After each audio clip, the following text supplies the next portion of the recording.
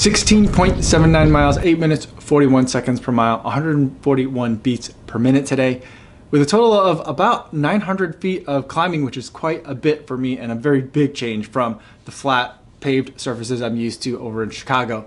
But right now I'm in Guttenberg, Iowa, and just absolutely loving running the train here. And it's giving me a really great opportunity to train for something that I've been wanting to do for years now. For those of you who have been subscribed for a while, you'll already know about it. It's the Heritage Trail here in Iowa. It's not so close to where I am right now in Guttenberg. It's very close to where my in-laws live. And it's a crushed limestone trail. It's formerly a rail line. That got turned into a recreational trail. And I've been running portions of it for years. And I've always wanted to run the entire thing, but it's just a pretty long distance. The crushed limestone part itself is about 25 miles, and I thought that this summer is finally going to be the time where I'm going to run it from end to end. And so I thought that as long as I'm going to do that, I should make it like an official route on fastestknowntimes.com. So I tried submitting the route, at least the crushed limestone to the crushed limestone part, from beginning in the Dubuque area over to Dyersville. And I got a very quick response. They said, thanks, but we're not going to accept it right now. So what they wanted is that there's a 30-mile trail system. It's like 29.1 or 29.2 miles total, where at the end of the crushed limestone over on the east side of the trail in Dubuque, there's another 4 miles of like paved, kind of like, not sidewalk, but it's just like a paved strip. It cuts through kind of like urban sprawl-ish type of area, just through some neighborhoods in the city of Dubuque. Dubuque's not a huge city. It's the largest city kind of in the area, but it's not a huge place. So I'm a little bit concerned that there'll be like stoplights and traffic that I'll have to worry about.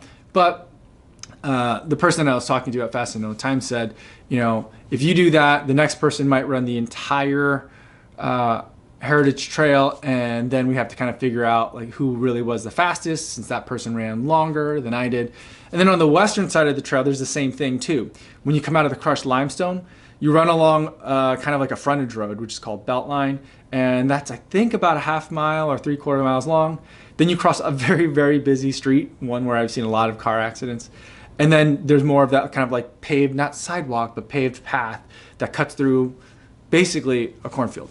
And so I figure, okay, I'm gonna resubmit that and hopefully that'll get approved. I got all in, kind of indications that it would be if I submitted the entire route. There was also an invitation to go donate some money at their Patreon page. So I'll do that as well. So that's the next thing that I'll be training for. I have been kind of really reluctant to train for like time trials or virtual events. But being back here where I can run a lot more freely than I've been able to in Chicago, even though Chicago does seem to be opening up quite a bit. I'm able to run very differently here than I have been over like the last 60, 90 days in Chicago. So I think I'm ready to kind of take on a new challenge and take on something new. So I'll be kind of gearing up for that. There won't be a ton of training that I'm going to do for it. Since I'm submitting the route for the first time, there's not a huge amount of pressure other than just finishing the course and getting to run this trail that I've been wanting to run the entire way for the first time. So that's what I'll be doing. I'll be amping up the mileage just a little bit. The intensity will probably stay about the same. So the footage you just saw was from part of an 81-mile week. I'm thinking I'll probably stay in the 80s, maybe touch 90. It'll have to be completely unsupported because I'll have to carry everything on my back. There's not a lot of, I think there's like 2 porta potties along the route, and there isn't anywhere to get water, at least not that I know. Along the route, there aren't even any like stores that you could like hop into in case of emergency. If it doesn't work, I'll have to phone a friend, have my wife come pick me up and rescue me. So that'll be the attempt coming up at some point. So wish me luck, and we'll see how it goes.